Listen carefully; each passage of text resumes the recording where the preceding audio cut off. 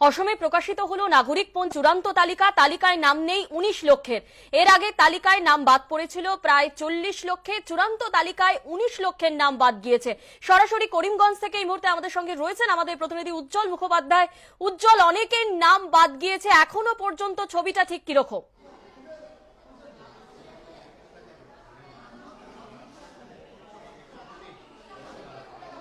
দেখো, যাদের নাম বাদ গেছে এই ১৯ লক্ষ মানুষ, তাদের কিন্তু আবার রাত জাগা শুরু হলো, কারণ তারা জানেন না যে এরপরে কিভাবে তারা প্রমাণ করবেন যে তারা ভারতীয় নাগরিক।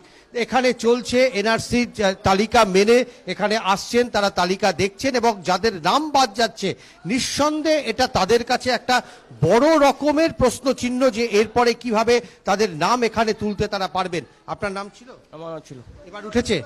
আমার নাম প্রথম লিস্টে উঠেছে। আসে নাই, নাম আসে নাই। তালিকায় দেখলেন আপনার নাম নেই? নাই, আপনার পরিবারের বাকিদের নাম আছে? না, কেউ নাই, কেউ নাম আসে নাই। এখন কি করবেন? কি করবেন? এখন তো আপনারা চিন্তা করতে, আমি তো কিছু বুঝিয়েন না, চিন্তা করব। আমি তো বিপন্ন হয়ে গেছি এখন। রীতিমতন ভেঙে পড়া বলতে যা বোঝায়, দাঁড়িয়ে রয়েছেন হাতে একটা তালিকা, কিন্তু জানেন না যে এরপর নাম তোলার জন্য আর কি করতে হবে। পরিবারের কোনো সদস্যের নাম কিন্তু ওনার ওঠেনি, অর্থাৎ এই মুহূর্তে এনআরসির যে তালিকা সেই অনুযায়ী এই পরিবার কিন্তু ভারতীয় নয়। রয়েছেন এখানকার যিনি বিধায়ক কমলাক্ষ, কংগ্রেস বিধায়ক, এবং দীর্ঘদিন ধরেই এই ইস্যুতে তিনি আন্দোলন করছেন। ১৯ লক্ষ লোকের নাম শেষ পর্যন্ত বাদ গেল, কি বলবেন?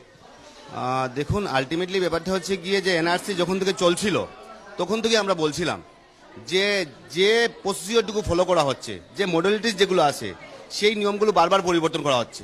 ইভেন গভর্নমেন্টের তরফ থেকে সুপ্রিম কোর্টে কোনো হলফনামা দেওয়া হলো না। তার ফলস্বরূপ আমরা দেখতে পারলাম বর্তমান সময়, এখন আসার পর দেখতে পারলাম এই অনেকেই আমার সঙ্গে কথা বলছেন যে ফার্স্ট লিস্টে আমার মার নাম আসলো, সেকেন্ড লিস্টে আমার বোনের নাম আসলো, ভাইয়ের নাম আসলো, এখন আমার নাম নেই। ও বলছে, সুমন একটা ছেলে বলছে আমার নাম নেই, আমার মার নাম আছে, বাবার নাম আছে, আমি সন্তান, আমার নাম নেই। তো সেই ব্যাপারটা হচ্ছে গিয়ে সম্পূর্ণ জায়গায় প্রায় ১৯ লক্ষ মানুষের নাম নেই।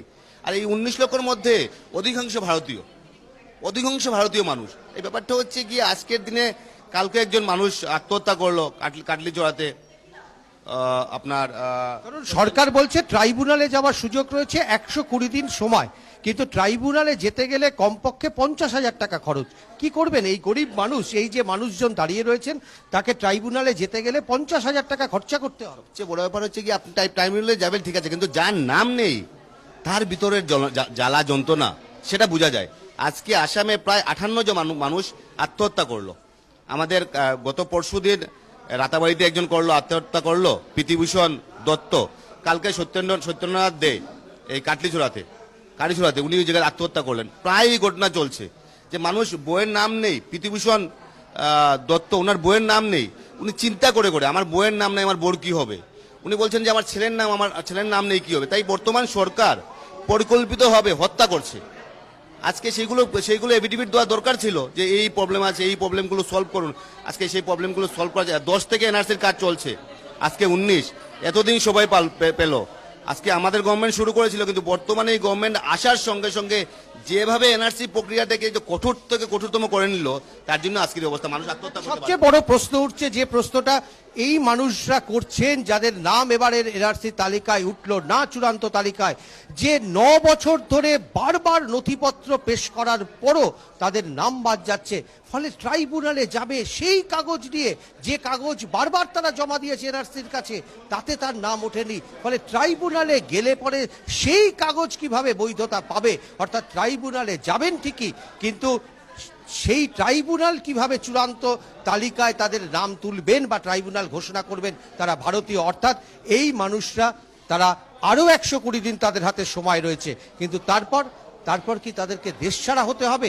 কারণ ভারতীয় নাগরিক তিনি আর থাকবেন না, অন্তত এনআরসির যা নোটিফিকেশন সেই নোটিফিকেশন অনুযায়ী। ফলে এরকম প্রশ্ন এই মুহূর্তে আসামের ১৯ লক্ষ মানুষের, যে তাদের ভবিষ্যৎ কি হবে। ধন্যবাদ উজ্জ্বল। এই মুহূর্তে আপনাদের শোনাবো অসমের মুখ্যমন্ত্রী এবং পাশাপাশি বিরোধী দলের কি প্রতিক্রিয়া। Indian Home Ministry has very clearly notified that whoever name will be excluded, they will get ample opportunity to appeal in the FT court. And the earlier time period was 60 days, but it has been extended for the convenience of the people for 120 days. So as long as appeal is there, no one will be treated as foreigners, because to declare a person foreigners is only the authority of the FT. So in this regard, no one has to panic, and we on behalf of the government of Assam want to assure you that everyone will be taken special care of, and whoever will be required the legal assistance, government of Assam will extend wholehearted support to them. वो तो हमारे सरकार में शुरू ही हमने इससे इंतकार नहीं किया, लेकिन बीजेपी ने जिस तरह का प्रोपेगेंडा किया, जाहिर है कोई भी सरकार में रहा हो, चाहे कांग्रेस रहे कोई भी रहे, कोई भी ये नहीं चाहता कि गैर मुल्की हमारे मुल्क के अंदर आए और यहाँ आकर के हमारे लोगों का जो है वो हक छीनने का काम करें। उस नज़रिए से एनआरसी ज़रूर बना था, लेकिन जिस तरह का प्रोपेगेंडा और जिस तरह के बयानात भारतीय जनता पार्टी की तरफ से हैं, कांग्रेस की तरफ से कभी ऐसा नहीं हुआ। सरकार को एक बार पुनः सुप्रीम कोर्ट की शरण में जाना चाहिए और कुछ समय बाई करने का प्रयास करना चाहिए। कुछ जेन्युइन लोग भी इससे छूटे जा रहे हैं जो न्याय की प्रक्रिया के